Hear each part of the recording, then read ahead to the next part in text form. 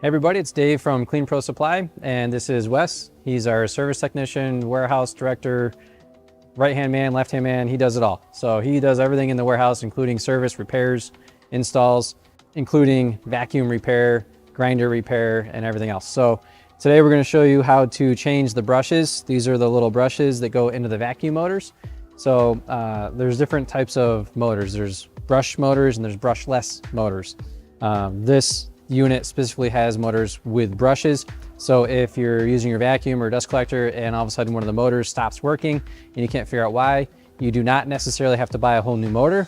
You can just get the new brush, put it in. These are, I don't know, $6 each instead of spending $100 to $200 on a whole new motor. So we're going to demonstrate how to take the head of the vacuum off, access the tops of the motors, and change out these brushes. Each motor has two brushes. So this unit has two motors. So 2 motors times 2 brushes. We have 4 brushes to replace. It's kind of like brake pads in your car. Generally, if you're going to replace one, just replace them all at the same time because they are going to wear a little bit different, but you want to have all new ones. You don't want to just do one at a time. You want to change them all so that way they wear as even as possible. So first we're going to demonstrate taking out this lid. Go ahead, Wes. There's going to be 6 screws throughout the top here, and it's all just regular Phillips head.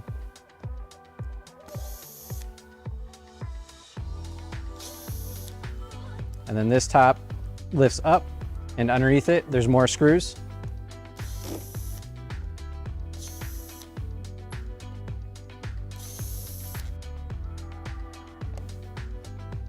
And of course, while you're doing this, make sure the vacuum is not plugged in.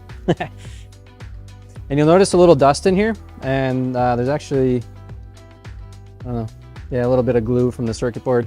As you're taking this apart, anytime you do take it apart, I recommend getting an air hose and just blowing all out the dust, you know, just because you are in there. It's good to have that cleaned out every once in a while. So on the top of this right now, there's a little bit of a foam gasket or a seal. Usually they just have a little piece of plastic, but it looks like this one for some reason has a foam gasket in there.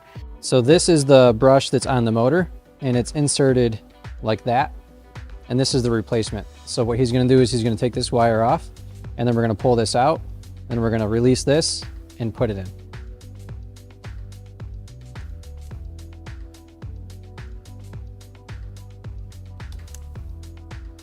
And if you look at this one here, there's lots of material left that's spring loaded. So think of it like the brake pad on your car. We've got a lot of meat left. This brush is not ready to change. We're going to put this back in, but it's essentially the same thing as this one here. You can see the tab for the wire connector there. When they come from the factory, they come pressed in like this. And the way you release that so that it pops out is there's a little tab right there. So what you would do is stick your screwdriver down in there and just lift on that tab just a little bit, and that takes pressure off the side of it, and then it pops out. I'm not going to do it to this because we don't want this to pop out, but that's how you do it. There's just this little piece here. Release that, that'll spring out, and then this just gets put right back in. It seats, it clicks in a little bit, push that tab down, insert the wire, and then you just kind of secure that. There's a little piece of plastic here on the side of the motor that grabs it. On the back side of the motor, there's another one here. So you have one on each side. And you'll notice it's the black wire that goes to the brush. That's pretty much it. And then to put it all back together is just the reverse of taking it apart. So we'll take this part here and we'll lift this back up and over.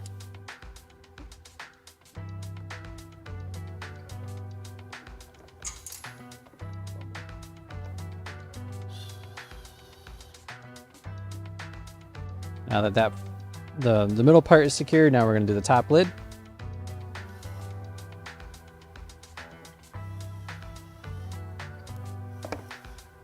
And when you're re-screwing these back together, you don't want to wrench it down too tight because you're just screwing them into plastic. You don't want to torque it down a lot because you'll strip it all out. Just screw it down so it's snug.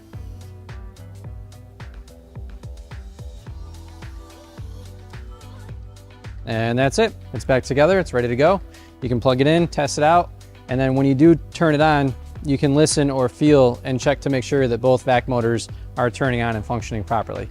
If you notice that only one turns on and the other one does not, take it back apart. Maybe you forgot to put a wire back on, or maybe you broke something as you were playing around in there, but when you put it back together, everything should function properly. And again, don't forget to blow all the dust out before you put everything back together, just to keep it clean. and then you're all set. Thanks for watching.